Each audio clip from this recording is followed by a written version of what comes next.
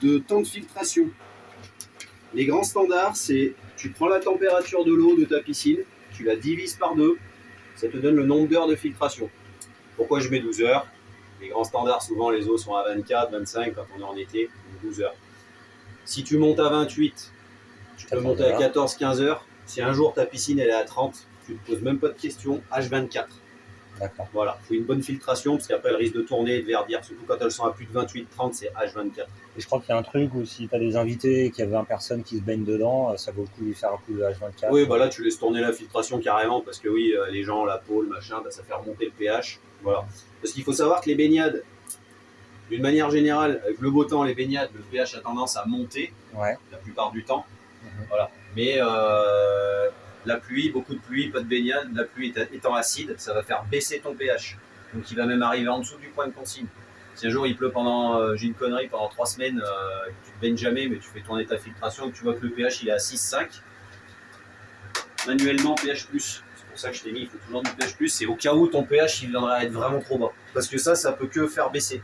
C'est quoi un pH trop bas pour seuil où je dois mettre du pH+ pour toi? Si tu commences à être à 6,5 et que tu vois que ça dure un jour, 2 jours, les dosages sont marqués dessus et tu doses dans ta piscine. Sur la base, tu pars sur 20 mètres cubes, comme tu dois avoir un peu plus, 22 mètres cubes, mais il faut toujours sous-doser. Il vaut mieux sous-doser que surdoser. D'accord. Okay. Voilà. Donc voilà. Après, t'as vu, t'as les. Attends, excuse-moi une seconde. Vas-y. Ouais, sur la table de la cuisine. Ça, non, je vais t'y remettre là-dedans. Donc voilà, sinon après tu as tous tes disjoncteurs, hein. Disjoncteur, protection générale, la prise sur le côté. Les départs asservis, alors ça c'est ce qui est asservi avec la pompe, l'électrolyseur et le pH, la régule pH.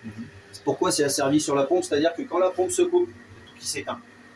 Comme ça ne peut pas faire de surdosage. Parce que tu sais, une pompe éteinte, elle mesure une eau stagnante dans le tuyau, elle va trouver un pH différent et lui il pourrait injecter inutilement. Et lui chauffer et produire inutilement, parce qu'il n'y a pas de détecteur de débit.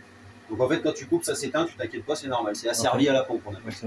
C'est vrai que c'est marqué asservissement, départ asservi. Ça c'est le disjoncteur de l'éclairage, hein, voilà. Ça je te le referme, clac. Voilà, ça se crochette. Si tu veux fermer, il y a des clés là-haut. Je te les laisse là-haut. Tu peux mettre là-dedans. Je comprends, ouais. Voilà. L'éclairage, après, tu sais, c'est là. Donc là, tu le laisses sur marche. Hein. Puis je t'ai expliqué la procédure s'il faut resynchroniser la télécommande. J'ai écrit sur la télécommande. Et après, là-dessous, ça c'est pour plus tard. Tu as un pré-équipement pour une pompe à chaleur, juste à brancher dessus. Et tu as encore un autre départ en 10 ampères. Pour tout autre équipement que tu voudrais rajouter. Tu l'as mis pour le tuyau qui arrive là-bas, ça Là-bas, c'est pour un volet roulant, donc on pourrait s'en servir effectivement pour un volet roulant. Et pour ta future PAC, on pourrait s'en servir aussi. D'accord. Et le fil de là-bas, et même si tu veux une gaine ou il y a un fil dedans? Je sais plus.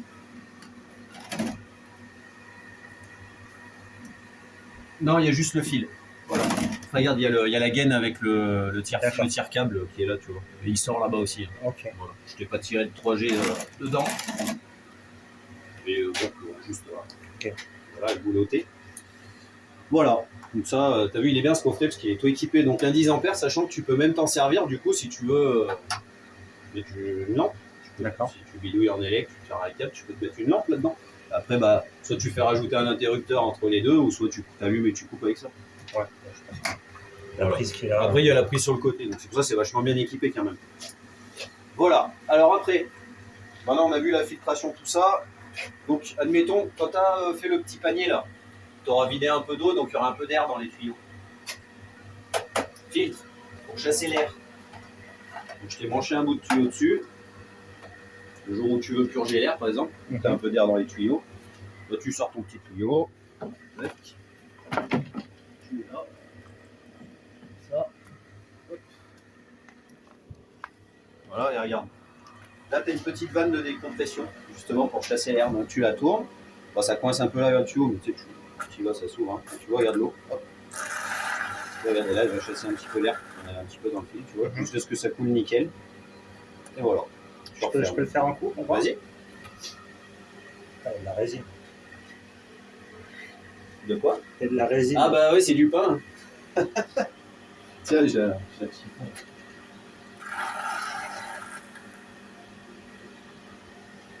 Voilà, c'est une purge d'air. Donc même le jour où on nettoiera le filtre, Donc ça c'est une fois par an le filtre, Mhm. sauf si tu vois que tu as eu plein de merdes qui sont tombées dedans et que tu vois que le débit il ralentit, c'est-à-dire que le filtre est plein. De toute façon un filtre plein, au bout d'un moment, regarde, tu vois, tu as un manoir de pression, là tu es en dessous d'un bar de pression. Si un jour tu vois qu'il monte à 1 bar 5, 2 bars, Attends. Donc c'est le. ça c'est la toute petite pression aiguille. instantanée. Ouais. Si tu vois qu'un jour la pression elle monte, voilà, la bonne utilisation on va dire, c'est ça. Voilà. Si tu vois que ça dépasse les 1 bar 5, Ouais. ça veut dire que ton filtre il est un peu chargé, donc il faudra le nettoyer. Donc. Voilà. Donc sur le nettoie, bah, même principe que pour faire la pompe. En fait, c'est si ça dépasse les 15 vues. Ah oui, d'accord, c'est le truc en rouge. Ouais, Voilà. c'est une plage que tu peux régler toi. Ouais, Pas... je comprends. Tu vois, sur un fonctionnement à 9, tu vois, on est à 700, 2, 4, 6, 700 bars, enfin 0,6 bars. Si un jour tu vois que l'aiguille noire elle monte vers 1 bar 5, ça veut dire que ton filtre il est un peu chargé. Ouais. J'avais pas vu qu'il y avait une graduation en rouge et une graduation en noir. Voilà. Le noir c'est l'instantané. Donc ça, bah, le même principe. Après, bah, je vais pas te le faire là, mais on coupe tout, on ferme les vannes, comme le même process que si tu nettoyais le panier. Donc tu coupes tout, tu décomprimes aussi ici, tu sais, la pression. Et après ça s'ouvre en fait en déclenchant, tu vois. T'as 2 manettes là, t'as une manette la rouge sur le côté, tu tiens de l'autre côté et tu dévisses, tu vois. Tu vois, open. Il faut couper le courant, j'imagine, avant. Oui, Oui, toujours. Tu manipules, t'éteins, comme ça. Tac. Tu fermes tes vannes, entrée-sortie. Tu peux décomprimer un coup, parce que quand c'est sous pression, un réseau, voilà, tu décomprimes. Ça te permet d'ouvrir, sinon tu vas galérer. Tu te remets en moto. Voilà. Et après, tu déclenches. Donc ça, il faut tirer le truc rouge, clac, ça se déclencher, tu déroules et après la cloche s'enlève. Donc, tu auras un peu d'eau qui coule, c'est pas grave, t'enlèves s'il y a des trucs autour, tu laisses couler, c'est pas méchant. Et dedans, tu as une grosse cartouche papier, tu la sors à la main, tu vas dehors, Karcher. Ouais, tu la rinces au Karcher tranquillement. Tu la remets dedans, tu refermes comme il faut la cloche, tu réouvres tes vannes, t'attends que l'eau se charge, tu remets en route ta filtration, t'attends, ça chasse l'air, machin, tu sors ton tuyau, tu ouvres ici jusqu'à ce qu'il n'y ait plus d'air. Attends, redis, je la remets dedans et après je Ouais, fais tu quoi? remets ça, tu remets ta cloche, tu refermes comme c'était là, hein. Ouais. Clac. Là, tu réouvres tes vannes, Ouais. tu réouvres toutes tes vannes, pour que tu sais que ce soit en sens de circulation, tu mets en route ta pompe. Ouais. Et après, tu chasses l'air comme on vient de faire là. Je rechasse l'air. Parce que tu sais, bah, ça va faire une poche d'air, donc il faut la chasser. Donc tu sais, tu fais couler jusqu'à ce que tu vois qu'il n'y ait plus d'air. Ok. Si j'ai pas le Karcher, ça peut se faire au jet d'eau. Ouais, tu peux faire au jet d'eau, mais ça rincera un peu moins bien. Après, sinon, tu vas voir dans les cages piscines et tout, ils vendent des solutions pour laver les filtres. D'accord. Après, il faut une grande bassine. Ouais. Tu remplis, tu fais de la dilution qui est indiquée, tu trempes ton fil dedans, tu le laisses tremper 10-12 heures, je sais pas le temps de l'indication qu'il faut. Après, tu rinces ça et il va redevenir plus blanc. Mais le mieux, moi, je le fais au Karcher, je me fais pas chier avec des produits, hein, ça va très bien. Ok. Et comment je sais qu'il faut que je lave ce filtre? Les grandes règles, une fois par an à la remise en route, après l'hiver. Là, on est parti à 9, donc on se pose pas de questions. Sauf si, dans la saison, pour X raison, je t'ai dit, ta pression, elle monte trop, tu vois que l'obus, ça crache pas trop, que la filtration devient faiblarde et que tu vois que l'aiguille, là, noire, elle est vachement montée, ça veut dire que ton filtre, il est surchargé. Donc, il faudra le nettoyer. Ok. Mais normalement, une fois par an, c'est bien. D'accord. Voilà, à la remise en service au printemps, quoi. Une fois qu'on... D'accord. Parce qu'en fait, moi, je me fie Facebook, hein, c'est gentil. Mais en gros, sur Internet, les gens ils disent tous une fois par an, non, il faut le faire une fois par mois ou je sais pas quoi. Non, je les connais. Non. T'as pas besoin de laver une fois par mois. Oui, bah après, c'est comme je te dis, si le mec il construit une piscine sous un arbre et que c'est tout le temps dégueulasse, machin, et que le filtre est plein, c'est sûr que tu vas le laver une fois par mois. Merci pour le coup. Mais moi, je fais une fois par an, ça va très bien. Une fois par an. Voilà. Sauf, voilà, sauf cas à part où tu vois que il a besoin d'être nettoyé, tu le nettoies, quoi. Donc ça, c'est l'avantage de ces filtres, t'es pas obligé de faire des lavages, contre-lavage, rinçage, machin, vidange, t'es pour brasser le sable et nettoyer le sable. Je comprends. Tu baisses le niveau de ton eau en envoyant à l'égout. Là, au moins, tu fais des économies d'eau avec ça. Je comprends. Voilà, c'est l'avantage. Et ça filtre plus fin qu'un filtre à sable. Ça filtre à 25 microns. Et théoriquement, le filtre, je dois le changer tous les... Franchement, moi, jusqu'ici, j'ai les plus anciens qu'on a mis, ils ont 5 ans, et on n'a encore pas changé les filtres. D'accord. Je dirais en moyenne, ouais, ça peut aller de 5 à 7 ans, je pense. D'accord. Tu verras, c'est des grosses cartouches papier quand même. Et en fait, on voit que 5-7 ans, ça reprend pas sa Voilà, c'est ça, où ça. tu vois l'état du fil, t'as du mal à le laver, il est pas beau, tu dis, bon allez, je préfère mettre une cartouche neuve, quoi. Tant que ça filtre et que ça marche bien, il n'y a pas de raison de remplacer pour dire de remplacer, quoi. Ok. Voilà. Donc voilà pour le local. On a fini. Maintenant, on va passer sur la partie traitement d'eau, justement. Attends, non, excuse-moi. La pompe pH. Alors, bah, je t'ai sorti les manuels, il faudrait que tu les lises, c'est très simple. Mais voilà, si tu veux changer ton point de consigne, tu restes appuyé. Attends, c'est quoi un point de consigne? Bah, c'est la consigne à laquelle tu veux que ton pH soit. Bah, c'est 7.4 à son nom. Voilà, entre 7.2 et 7.4. Ok. Et je te montre quand même. Tu restes appuyé, ça met MA, tu descends jusqu'à SE, tu cliques à droite. 7.4, c'est la consigne que j'ai mise. Ouais. Voilà. Je mets pas 7.2 volontairement, pourquoi? Parce qu'on veut être entre 7.2 et 7.4. Et moi, je préfère qu'il stabilise vers 7.4. Comme ça, s'il injecte, tu as des petites régulations, vaut mieux un peu plus qu'un peu moins. Voilà. Donc j'ai mis volontairement. Après, si un jour tu veux mettre à 7.2, bah regarde, c'est tout simple. Tu vois, ça clignote, tu choisis. Une fois que tu as validé une fois, 2 fois pour sortir. Et après, au bout d'un moment, il va réafficher. Tu vois, il va nous réafficher la consigne en direct. Mais alors, Enfin, pas la consigne, en fait, ça c'est le point de consigne. Et ce qui va t'afficher en direct, c'est le relevé direct. Ouais. Voilà, d'accord. Donc là, ça va revenir. On laisse le clignoter. Ton électrolyseur, là, donc 10, c'est un niveau de production. 10, c'est équivalent à 100%. Donc là, je commence à 10 pour qu'il produise du chlore et après, tu vas jouer avec ça. Quoi. Donc, avec la flèche du haut, tu vois, 0, c'est éteint. Et tu peux aller jusqu'à 10. Ça, c'est le pourcentage, le taux de production de chlore. On démarre volontairement à 10. Pourquoi? Je viens de te mettre du sel. Faut qu'il fabrique du chlore là, pendant plusieurs jours. Donc, ce qu'on va faire là déjà, on va laisser en manuel et pour l'instant, tu laisses ta pompe tourner H24. D'accord. Voilà. Donc, voilà.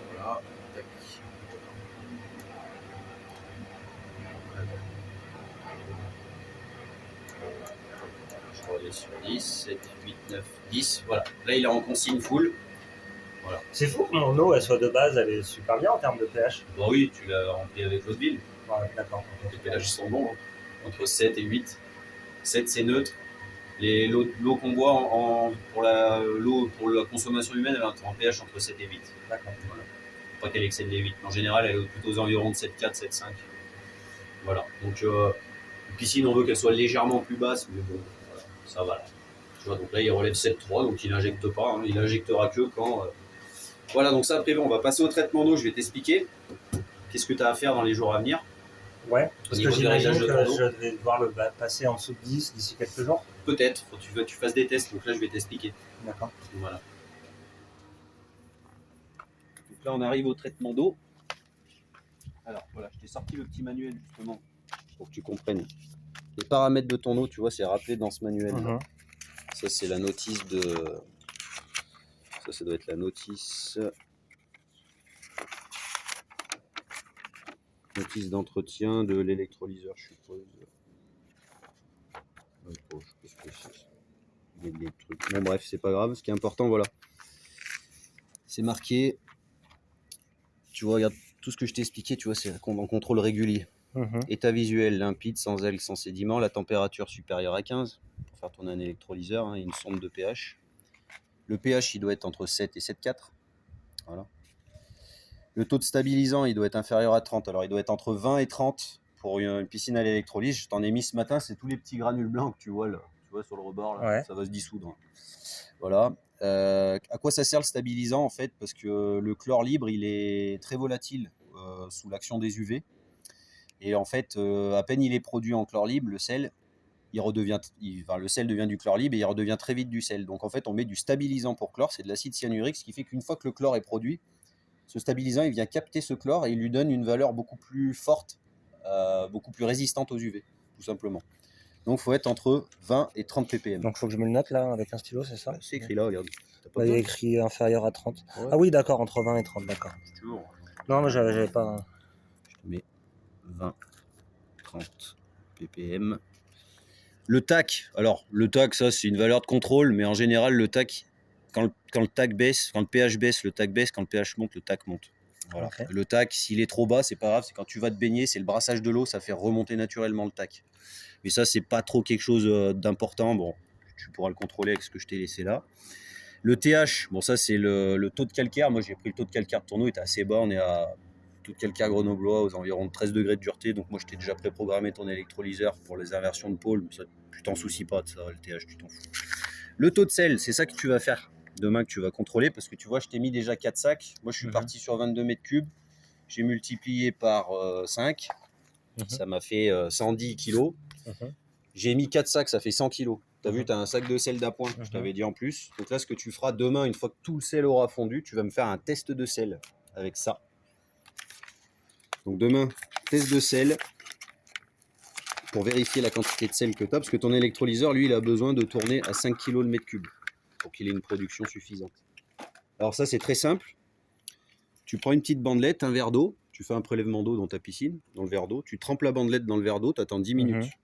Tu vois, là, c'est rouge, ça va se dégrader en jaune. Je dis une connerie, si ça finit à 7, tu compares derrière, 7, 4130 mg par litre, donc 4,13 kg par mètre cube, on est d'accord. Donc toi, en fait, il faudrait que tu arrives entre 7,4 et 7,6, tu vois, pour être entre 4,8 kg et 5,2 kg. Tu comprends? Ouais, je comprends que je dois être entre ces deux normes, ouais. Voilà. Toi, c'est le seuil. Alors, si demain, tu fais un test, bon, bah, tu arrives entre 7,4 et 7,6, c'est pas de question, tu laisses comme ça, tu n'as pas besoin de rajouter de sel. Si, en revanche, tu tombes à 7,2 ou à 7, et que tu vois, j'ai 4,13 kg, il faudra que tu fasses un complément de X kilos. Comment tu calcules tes kilos? Bah, c'est pas compliqué, hein. Tu as besoin de 5, donc tu prends 5 moins 4,13, ça te fait ta différence qui manque par mètre cube. Tu comprends? Je pense que je suis un peu perdu. Donc, moi, il faut que j'ai 5 kg par mètre cube. C'est ça. Moi, j'ai déjà mis 100 kg de sel. Donc tu devrais tomber, je pense, moi demain, à mon avis, si par rapport au mètre cube que j'ai calculé, je pense que tu seras vers 7,2, je pense. Vers 7,2 qui équivaut à 4,4 kg par mètre cube. Donc j'en aurai pas assez. Il va manquer 500 grammes en gros par mètre cube. Ouais. Donc tu fais la différence, hein, 5 moins 4,47. Ouais. C'est la différence de sel qui te manque. Ouais, ça sent... Cette différence, c'est des valeurs par mètre cube. Hein. Donc cette différence, tu la multiplies par le nombre de mètres cubes, à peu près 21, 22 mètres cubes. D'accord. Et ça te fera 500 fois 20, 2 fois 5, 10, ça te fera 10 kg de sel. D'accord. Donc tu ouvres le sac qui fait 25 kg et à l'œil, tu rajoutes à peu près 10 kg de sel. Quoi. Ok. Tout simplement. Ok. C'est bon? Voilà. Donc ça, demain, tu me fais ça. Voilà. Après. C'est un truc que je dois faire régulièrement? Bah, ce qu'il y a, le sel, une fois qu'il est dans l'eau, il ne peut pas partir. Par contre, la pluie, les trop-pleins, les apports d'eau supplémentaires, parce que bah, l'eau, elle s'évapore. Hein. En été, tu vas perdre un peu d'eau. Ou passer le stabilisant? Alors ça, voilà, le stabilisant, tu pourras peut-être en remettre, mais bon, je t'en ai déjà mis un appoint. C'est vraiment s'il y a de la pluie, tu feras ça dans 2 mois, tu vérifieras ton stabilisant là-dessus si tu en as assez. D'accord. Voilà. Alors, tu as 2 trucs. Ça, c'est toutes les trousses que je t'offre là. Tac. Merci. Ça te permet de tester visuellement. Merde. Ça permet de tester visuellement ton pH. Donc ça peut te permettre de temps en temps de comparer tes valeurs, ce que ta sonde elle indique et ce que tu vois en réel. Si j'ai un doute, ouais. Donc le phénol rouge, bon ça tu prends t'enlèves les petits trucs, tu fais un prélèvement d'eau dans ta piscine vers les refoulements, tu remplis jusqu'au petit trait là. Ouais. Si c'est trop plein, tu fais comme ça avec le doigt parce que sinon tu n'arriveras jamais à doser. C'est 4 gouttes une fois que tu as l'eau, donc 4 gouttes de pH. 4 gouttes pour tester le chlore, c'est ça qu'il faudrait que tu fasses pour vérifier la production de chlore.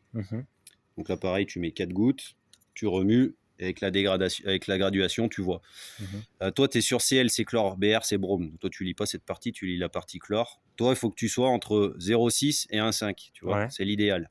Donc, si tu vois que d'ici que tu as mis le sel, que tu es tout fondu, ça sera peut-être d'ici 2 jours, quoi, quand tu auras fait. Lui, il produit, là, de toute façon. Si tu vois qu'à 100%, tu as un truc jaune fluo, tu dis, oula, il y a 10 fois trop de chlore là-dedans, et ben c'est là que tu vas commencer à aller baisser ta production. Genre, tu la mettras pas à 10, je sais pas, tu la mets à 5, tu laisses tourner quelques jours, et tu vois si à 5, ton taux, il arrive à l'idéal. Et après, tu joues avec ça jusqu'à ce que tu trouves le bon seuil. Donc, tu as une plage de 1 à 10. Quand tu mets sur 0, c'est pas de production. Voilà. C'est enregistré? Ouais, mais si par exemple, j'arrive à 1, ce qui est l'idéal, je le mets sur quoi? Sur 5? Sur 0? Si tu arrives à 1 et que tu es à 1 là et que la production est à 10 pour 1, tu ne changes rien, c'est que c'est bon. Ah, c'est qu'en fait, à 10 pour 1... C'est juste, si à 10, ça produit trop de chlore, il faudrait que tu baisses la production jusqu'à... C'est moi qui ajuste manuellement. Voilà, c'est ça, parce que tu n'as pas de sonde de régule redox, donc tu dois le faire manuellement. Voilà. D'accord. Compris le principe? Ouais. Taux de production, comme je t'ai montré, de 1 à 10. Plus tu montes, plus ça produit, plus tu descends, moins il produit. Et ça, il faut le faire souvent? Bah là, à régler au début, là, c'est ce que tu vas faire jusqu'à ce week-end là, pour arriver à Oui, trouver. mais je veux dire Ah après. bah après, tu peux avoir des variations. Plus il y a de soleil, plus l'eau est chaude, plus le chlore est instable. Donc Mhm. après, c'est possible que d'un coup, si on passe à 40 degrés, ta piscine elle est à 30. Tu avais trouvé le bon seuil aujourd'hui, là, à Mhm. 5-6, je dis une bêtise, tu dis putain, là, bah maintenant, j'ai plus assez de chlore. Bah, tu rebourrines à 10, puis tu laisses tourner ta filtration par contre. Sinon, ça produit pas de chlore. D'accord. Voilà. Mais disons que j'étais arrivé, on parle l'année prochaine, Mmh. ou en août, là, je suis arrivé à la bonne mesure. Ouais. Il n'a pas plu, Mmh. on s'est baigné normalement. Mhm. Le prochain contrôle, je dois le faire une semaine après. Ah, idéalement, un contrôle comme ça, tu le fais une fois que tu as trouvé tes réglages. Moi, pour bien faire, moi, je fais un contrôle par semaine. D'accord. Tu vois, histoire de vérifier voilà, si j'ai Mhm. des ajustements à faire ou pas. Voilà. Et enfin, celui-ci, c'est celui qui te permet du coup de tester les autres valeurs que ça te donne pas, parce que ça, c'est pH chlore libre, ça, c'est le taux de sel. Et en fait, tu vois, là-dessus, on va pouvoir tester également le pH et le chlore libre. Hein. Ça, c'est les deux trucs que tu as là. Hein. Mhm. pH, free chlorine. Toi, ce qu'il a en plus, voilà, c'est le TAC et le stabilisant. Mhm. Voilà. Alors tu vois là ils mettent OK, hein. T'en tiens pas Mhm. compte, ça c'est des valeurs stabilisantes pour des piscines qui tourneraient avec des galets de chlore. D'accord. Toi tu es en électrolyse, donc toi c'est le taux que j'ai mis là entre 20 et 30 ppm. Donc toi tu vas plutôt être entre dégradé orange là par là. Ok. Voilà. Je vais me mettre un petit. Voilà, comme ça tu peux tout tester. Autant dire que j'ai oublié. Voilà, et le TAC. Soit le TAC c'est 80-120, tu vois, ils ont dû mettre OK. Ouais voilà, tu vois, 80-120, tu vois. Donc c'est bien les valeurs qui sont marquées là. Mais bon, ça le TAC, je te dis, il joue avec le pH. Plus le pH baisse, le TAC baisse, plus le pH monte, le TAC monte. Ça va rester. Voilà, donc ça c'était 3 produits pour le suivi. Voilà, et après il y a d'entretien périodique, tu vois, il te rappelle là.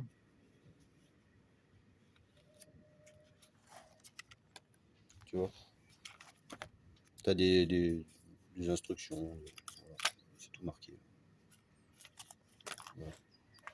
Bon, c'est tout ce que je t'ai expliqué plus ou moins. Après circuit, changer le tuyau souple interne à la pompe, on n'en est pas là, ça c'est quand il y a des pièces à changer, là c'est tout neuf. Soit toujours immergé, soit dans de l'eau, bah ça je t'ai expliqué, la sonde toujours dans l'eau, on la laisse pas à sec l'hiver, sinon elle sûr elle va claquer. Si j'ai des décalages, il faut faire de l'étalonnage. Pour étalonner, faudra des produits d'étalonnage. La cellule, j'ai un truc à savoir. Bah ça c'est sur l'électrolyse est à l'arrêt. Dès que la température d'eau est inférieure à 15, Ouais. tu vois, je te l'ai dit tout à l'heure. Nettoyer la cellule dans une solution d'étartrage adéquate. Ça c'est une fois par an quand on la remet en route. Si on voit que les plaques en titane elles ont du tartre ou des choses comme ça, elles sont tartrées. Soit tu les détartres au vinaigre blanc ou à l'acide chlorhydrique en les laissant tremper, tu vois, dès que la cellule est entartrée. Donc là tu verras tes plaques en titane, elles sont toutes blanches. Et bon, t'as pas Mais il faut pouvoir les sortir et les regarder, non?